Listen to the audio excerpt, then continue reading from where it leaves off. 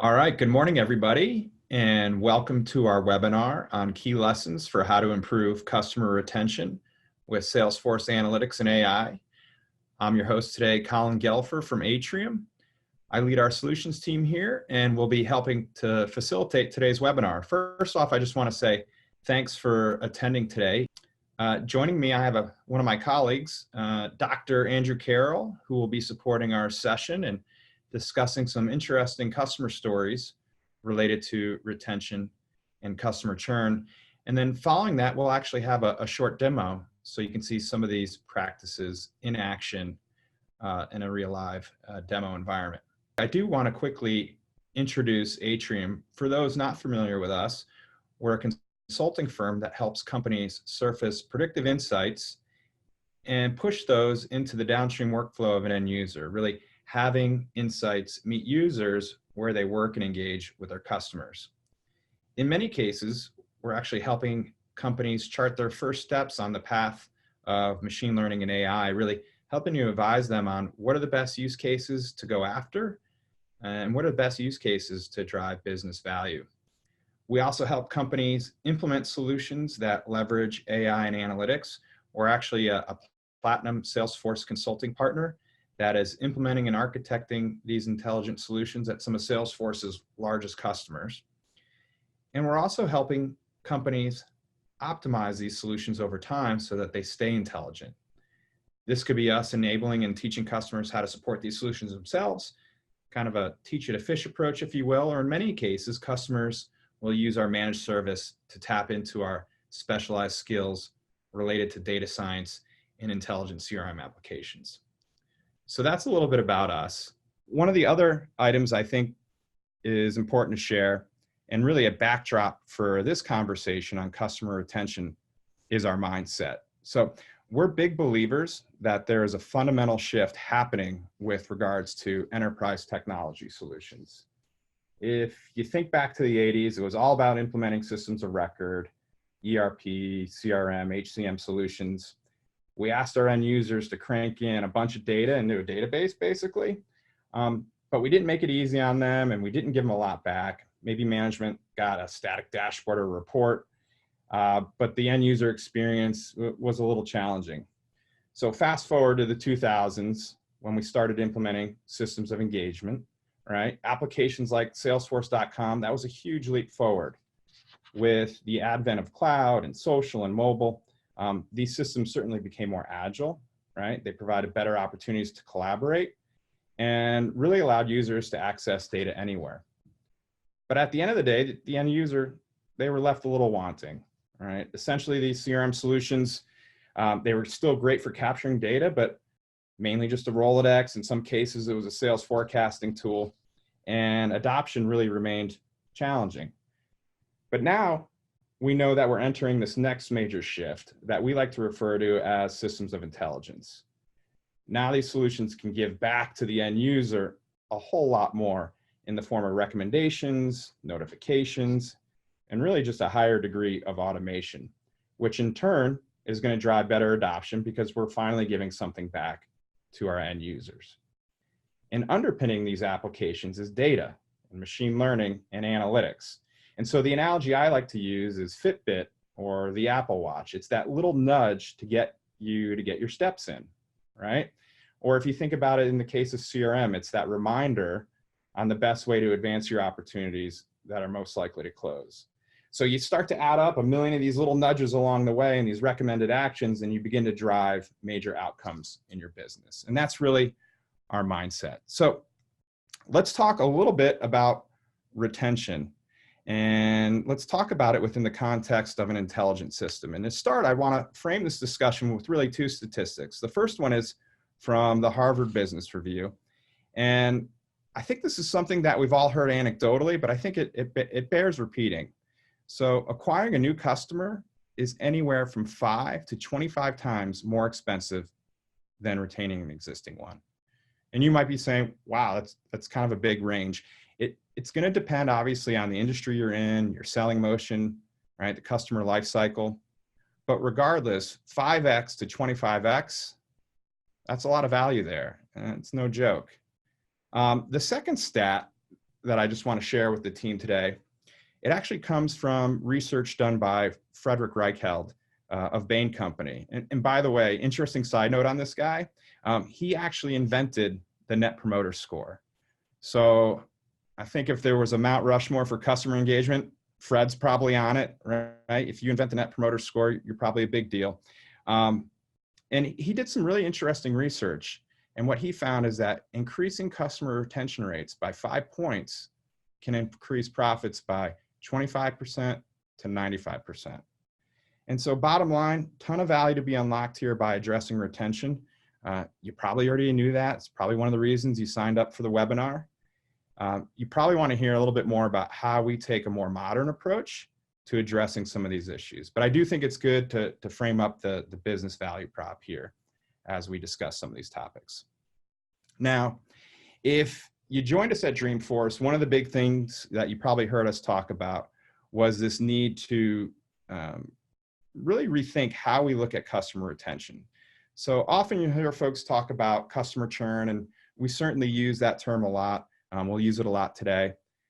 But I also want us to think about it in terms of customer success. And one of the reasons I'm a big believer in focusing on customer success is because churn, it just feels so reactive. I spent a lot of time with a lot of companies talking about some of these problems, and one of the prevailing themes that I hear from them is we're often late to the party. They feel like we're identifying customers who are likely to churn when it's too late. For example, a lot of organizations are looking at things like order cadence or how often someone is ordering. To me, that's kind of a lagging indicator. It's not really a leading indicator. That's a lagging indicator for a problem that's probably already manifested itself. In many cases, the best signal for customer churn is further back in the customer life cycle at the point of acquisition and onboarding. So often when I'm running discovery workshops and flying all around the country and I'm talking with customers, I'll ask them, I'll say, hey, think back to what was happening in the business when a new customer came on board. Were they in the middle of a new product launch? Were they changing where their products were being manufactured or sourced from? Did the customer immediately start utilizing the service once the deal or order was executed? So I think the landscape in the business at the time of customer acquisition is super interesting. And it's often where some of our initial perceptions of the relationship are starting to form, right? And so as we all know, right, first impressions are hard to shake. So if you take only one thing from this session today, let's start thinking about retention a little differently.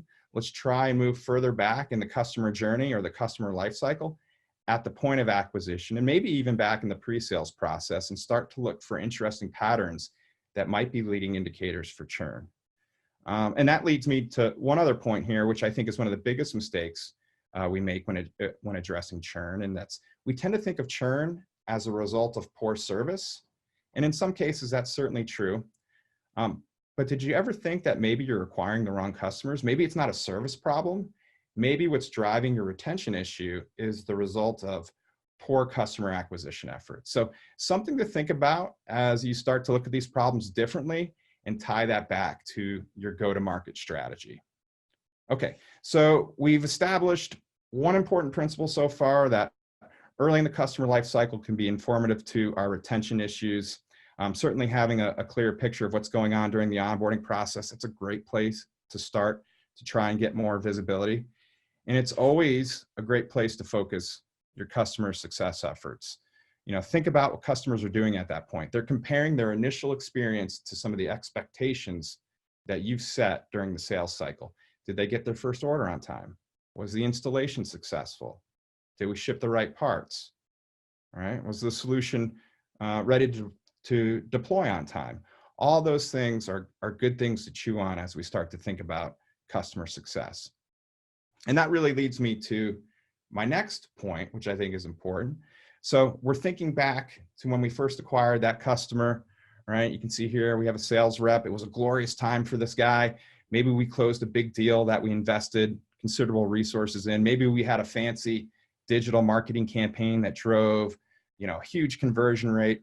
Maybe we even engineered a custom product or service to land this customer. There's 1,000 ways that all of us are investing to attract and acquire customers. And chances are you probably spent a boatload of money to acquire that customer. And you probably had assumptions around growing that lifetime value of the relationship. You were banking on things like expansion revenue, right? This whole term, land and expand or seed and grow. We hear those terms all the time. And that's really kind of my next point here. Let's make sure that we're really quantifying the true cost of customer churn. Are we really including all of the customer acquisition costs?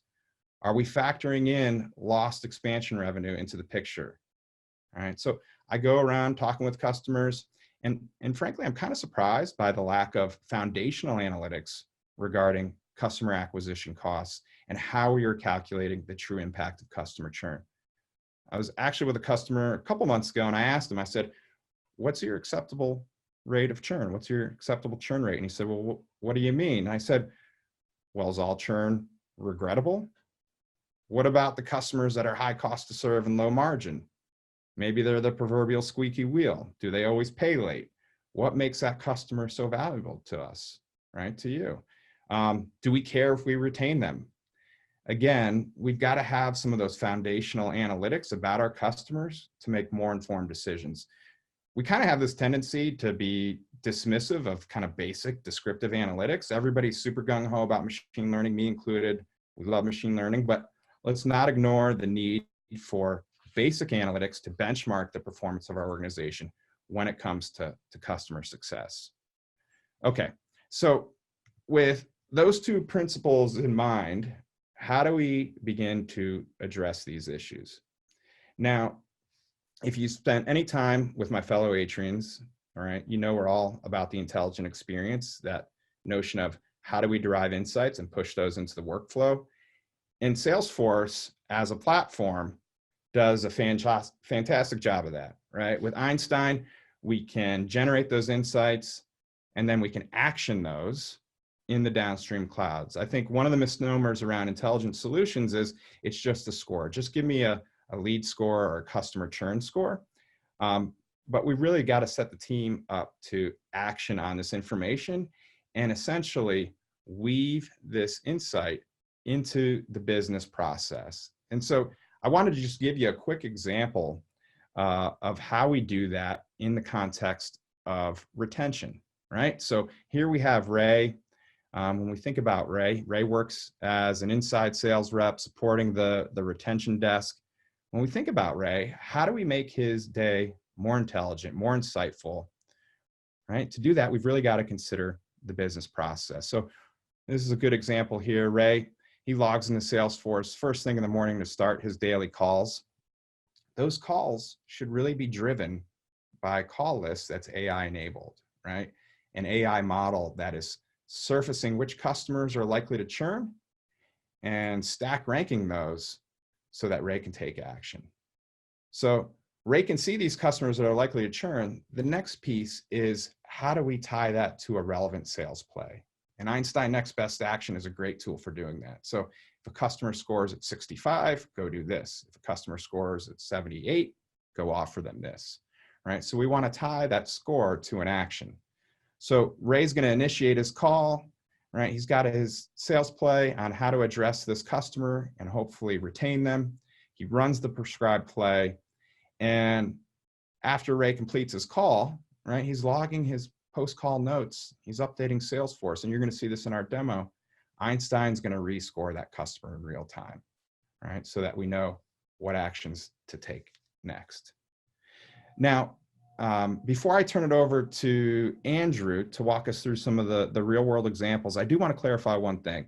A lot of these concepts that we're talking about with retention are portable across a whole host of industries and use cases. For example, in the case of online learning institutions, it could be trying to minimize student attrition or students dropping out.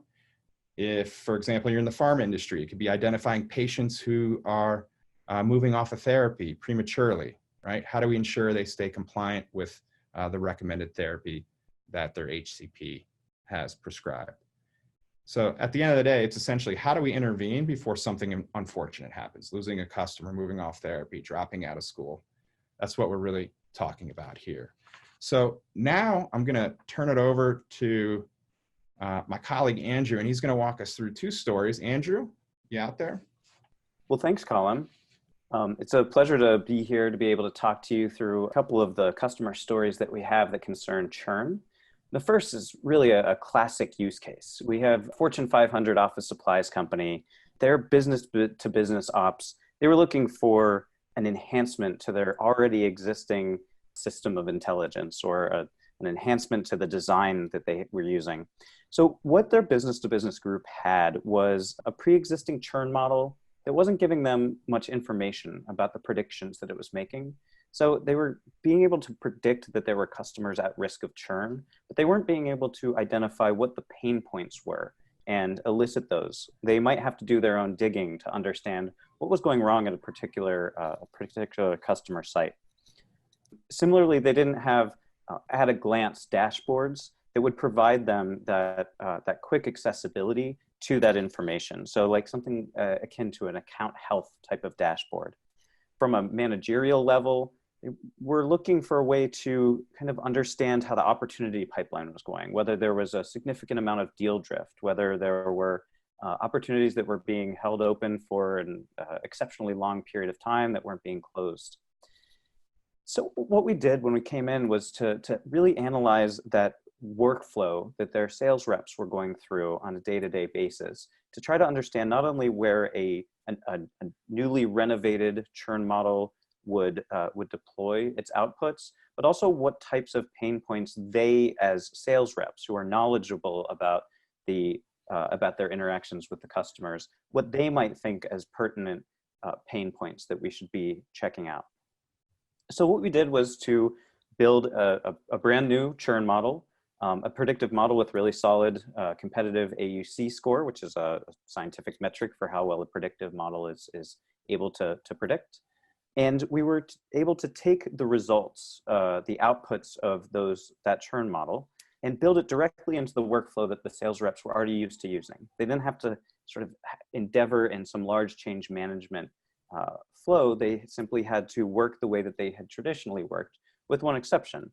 Instead of seeing simply a sticker like they used to see on their Salesforce account page that said customer is at risk of churn, they saw more information. They had a very nicely laid out system of sales plays, and one of those sales plays indicated whether a given customer was at risk of a churn, and indicated precisely the types of symptoms that were being picked up by the predictive model.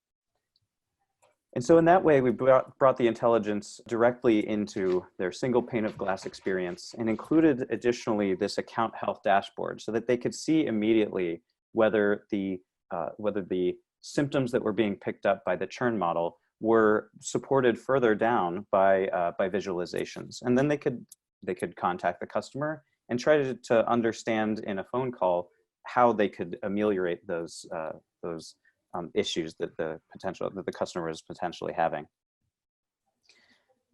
And so that allowed for early alerts and outputs that are in the sales reps workflow. This was rolled out to the entire business to business mid-market group, which comprised about 200,000 accounts. And in addition, these dashboards that allowed the quick visibility were rolled out to the higher management level and executive level. Maybe we can hop over next to the Pearson success story. So Pearson, a fairly distinct, industry that they're working in. Pearson provides the online services, so online learning services for a variety of online courses and degree programs through many of the universities that you may have heard of.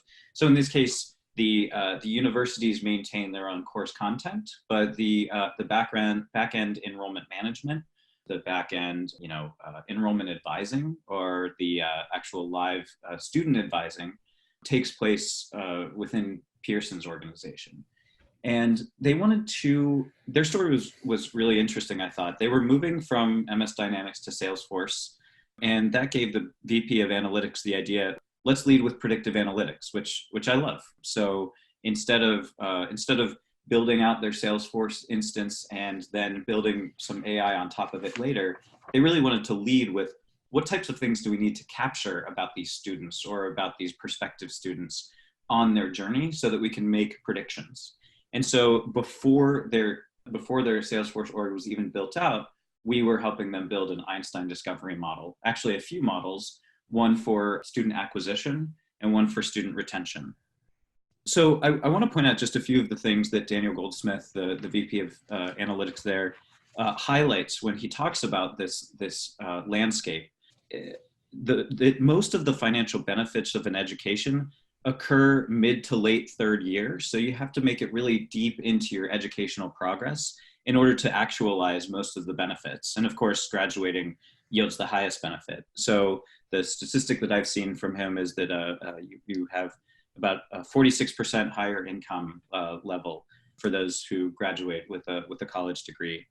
And so you can really see this as a big untapped potential. So 500 in aggregate, about $500 billion a year in estimated economic value lost due to attributed to about 31 million students who have left school without a degree. And so the idea at Pearson is, can we take this changing educational landscape? Can we take these students who are coming in from the non-traditional pathways and find them a way to get through to that degree so they can actualize that benefit to themselves?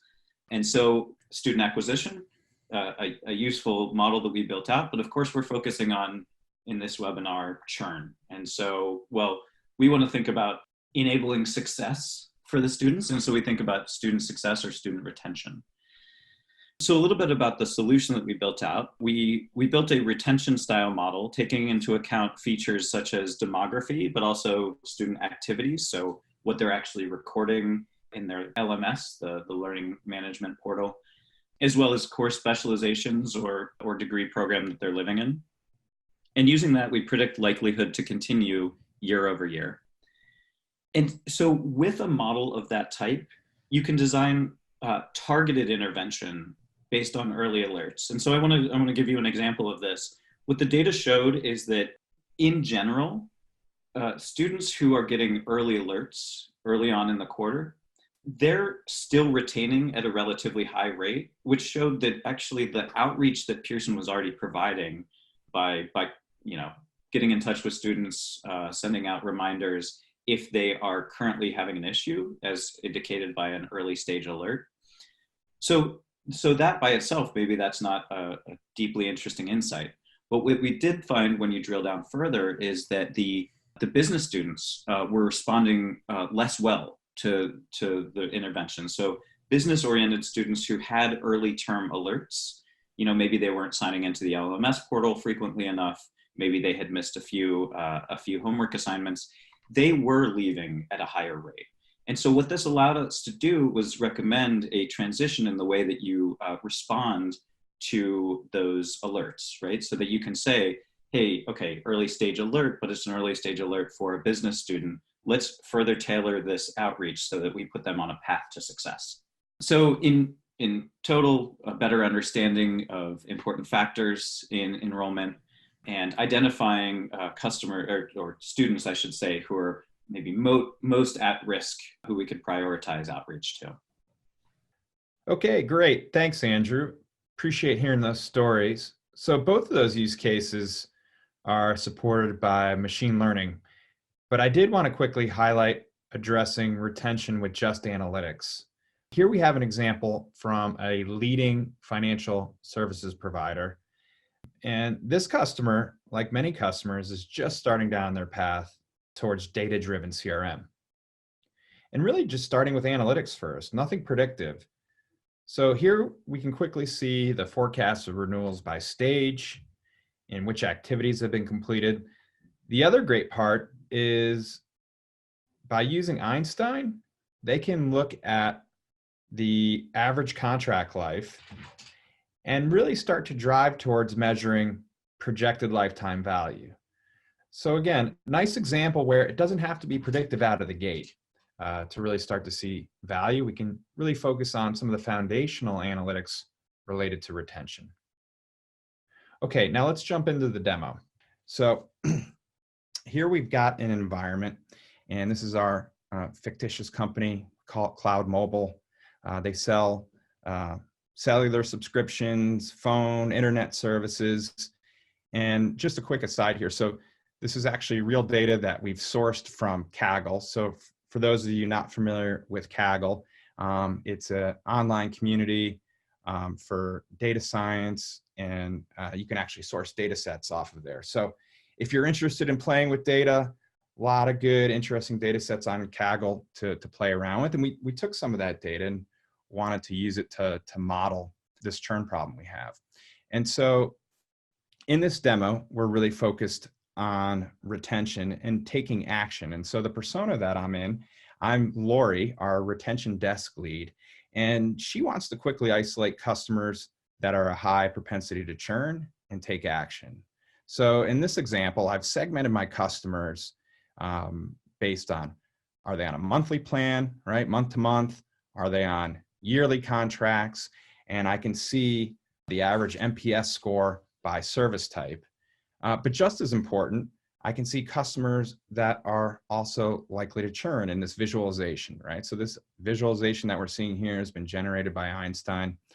And so in this example, Einstein has scored thousands of customers to identify who is likely to churn. And I can bucket these 3 customers into essentially high propensity to churn, medium propensity, and low, right? And you can certainly get more sophisticated in how you want to bucket these customers based on, your different go-to-market strategies. For example, we could do show me all customers that are on a month-to-month plan that don't have auto pay set up. And let's see, of those customers, who's really at high risk for churn, right? But in this case, we kept it simple. We just went with high, medium, and low. And depending on what bucket they fall in, I can take different actions right from the dashboard. All right. So in this case, if I want to drill down on folks that are a high churn risk, maybe I want to action them for essentially immediate action, push these folks out to the retention team, the retention desk, as a call list. Okay. If I refacet this, maybe my low churn customers, I don't necessarily have to take an action at that point. Okay. But medium churn, maybe I don't want to set them up for an actual outbound call. Maybe I just want to add them to a nurture campaign. And I can do this as a bulk action, or I can go in at an individual record level and add them to a campaign as well, right? So really nice interactivity between the high level dashboard and then drilling down and being able to take action and segment our customers into these different buckets here. Okay, so let's take a little bit of a deeper dive and go into an actual customer record here. And I'm going to click on Karina Berker. So Karina, right, she's subscribing to a bunch of our different services. I can see up here, she's got total number of services 4. She's on a month-to-month contract. Now, one of the interesting pieces about this demo is that you're going to see a variety of different objects in here. So if you're familiar with Salesforce, right, you're going to see not only things like cases, but I can also see the contract, right? I can see any pending orders. I can even see the billing history, right? It's really, when you think about it, a multi-cloud solution where we're using Einstein as the glue or the connective tissue across all these clouds. One of the other things that we can see real quickly is this little early warning embedded dashboard that gives us an overall health score of this customer. And so this is just a simple power index that we've created where I'm aggregating some key metrics, maybe number of services, her NPS score, maybe there's a service utilization score, number of open cases, closed cases. We can create a index that gives us our kind of relative health score with this customer. So that's the first piece. Second piece that you'll see here is this score that shows her churn propensity. And going back to one of Andrew's points, one of the interesting things about this is we're not just giving a score, we're providing some explainability. What happened? Why are they scoring like this? And then most important, how do we improve this, right? In this case, and this logically makes sense, if we change the payment method to a bank transfer from somebody just mailing in a check, it might indicate that they're going to be a little bit stickier. That's certainly what our model's telling us, right? So I've got this score, Now, depending on how I've scored this customer, in this case, they're 70% likely to churn, I might want to take some actions. And this is where Einstein next best action comes in. So based on the score of that customer, I am recommending certain actions for our retention desk to take. So potentially in this example, I want to update the payment method. We saw that if we move from our current payment method to bank transfer, right, that's going to make this customer stickier. So I'm actually going to execute this action here, and give me 1 second, and we're going to get them on bank transfer. Maybe I'm on the phone right now with Karina, and she's agreed to set up a bank transfer. And as a part of that, maybe we gave her a little discount on a Netflix subscription or some other type of offer. And I'm going to hit the next button, and our record's been updated successfully. So I'm going to come back to Karina here and just do a quick refresh on her. And you can see now her propensity to churn is at 57%, right? So we can rescore these customers in real time based on the offers and the actions that we're recommending. All right, so that was just a quick demo on just some basic capabilities as we start to really pull together this customer 360 view and address some of our issues around retention. Again, if you take away a couple key points here, we want to be taking this insight, this churn score, and tying it into some type of action or offer or next best action. So one of the questions that I always get is, okay, how do we get started?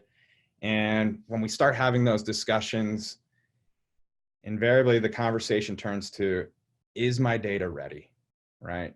Do I have good quality data to drive these models? And I hear organizations all the time kind of struggle with this notion, do I have to go do a big data re-engineering project, right?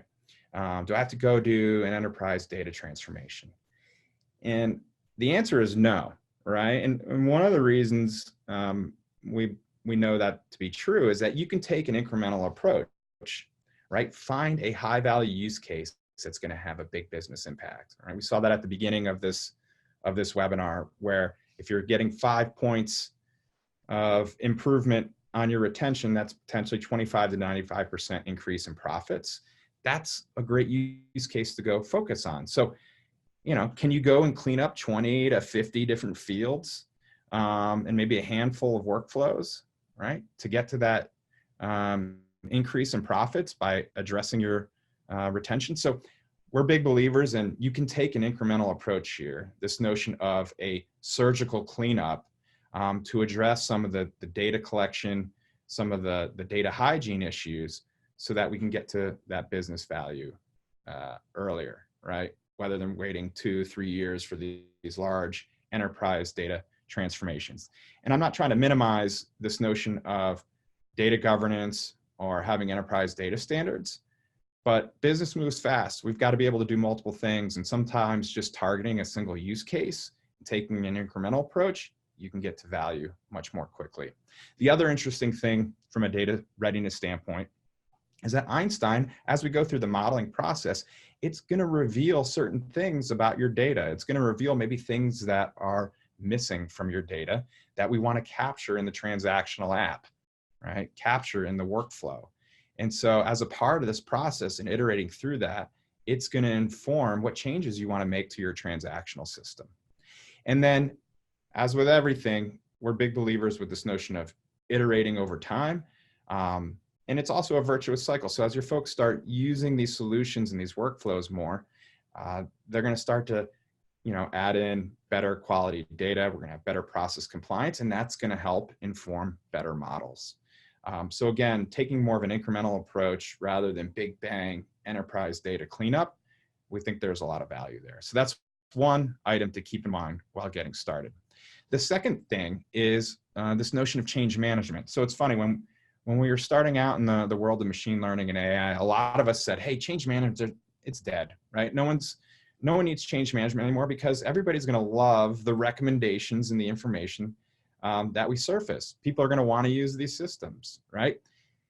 And while that's true in part, you still have to think through the change management impact here, right? And so a couple of key, because we want folks to use this information. So a couple things here. First thing, your users have to understand the why. Why are we asking them to use these insights? So tying the business value and the solution impact, and really clearly articulating that to our stakeholders and end users, that's critical. The other thing we hear a lot is, hey, we want to coach our organization to be more data-driven. And that's great. One of the key ways to do that is building awareness in the organization around what are those key metrics, and are we ensuring that those metrics are highly visible to the organization and kind of broadly known throughout the organization. Okay, so Andrew mentioned the Staples example, where we did also, in addition to the churn model, some dashboards and visualizations around pipeline.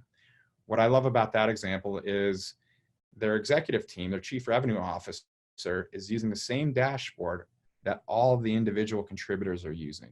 And so they're able to coach people to the data and using that to drive awareness around those KPIs that they want to leverage in their business. And then the last piece here is this notion of process. So the how. How do we tie this into a process? So these analytic solutions, they need to be woven into the business process and part of the working cadence of an organization. So if you're doing a quarterly business review or an ops review, right? If you're doing a forecast call, are you leveraging the analytics and the KPIs, right? Are those front and center? And are we being consistent around how we use those to drive our meetings and our working cadence as a team? So just a couple quick guidelines. We're actually going to have a couple other webinars coming in these series of webinars, and one of them will focus in on is this notion of change management and adoption, and how do we get folks to consume these insights the best way possible. Real quick here, maturity curve. We can send out the slides to the team here. What's interesting is feel free to kind of plot yourself on this curve and where you're at, right? And that's going to inform maybe where do you need help and how do we move you up this curve so that we can get to more insight-driven recommendations. And then lastly, just a couple calls to action. So you might be saying, this is great, I want to learn more. If you're interested in exploring retention or other intelligence use cases, one of the things that we like to do with prospects and customers is go through this intelligent experience workshop where we're identifying the personas, we're figuring out what are the most important questions to be asking about our business that we can't answer today, and really using this workshop to align around use cases and priorities, and then come out with potentially even a prototype or some type of roadmap that shows how we can progress up that curve that I just showed you. And then lastly, one of the things that you'll be getting as a part of this webinar is a quick survey. It's 2 minutes. It'd be great to hear back from the folks who are attending this webinar on just how do you assess your overall readiness for machine learning? What are some of the barriers? What are some of the opportunities that you're seeing within your industry? The survey is going to be totally anonymous, and we're going to be releasing a periodic state of the state on machine learning analytics and how that's kind of converging with CRM. So stay tuned for that. And with that, we'll thank the team and call it a wrap. So thanks, everybody.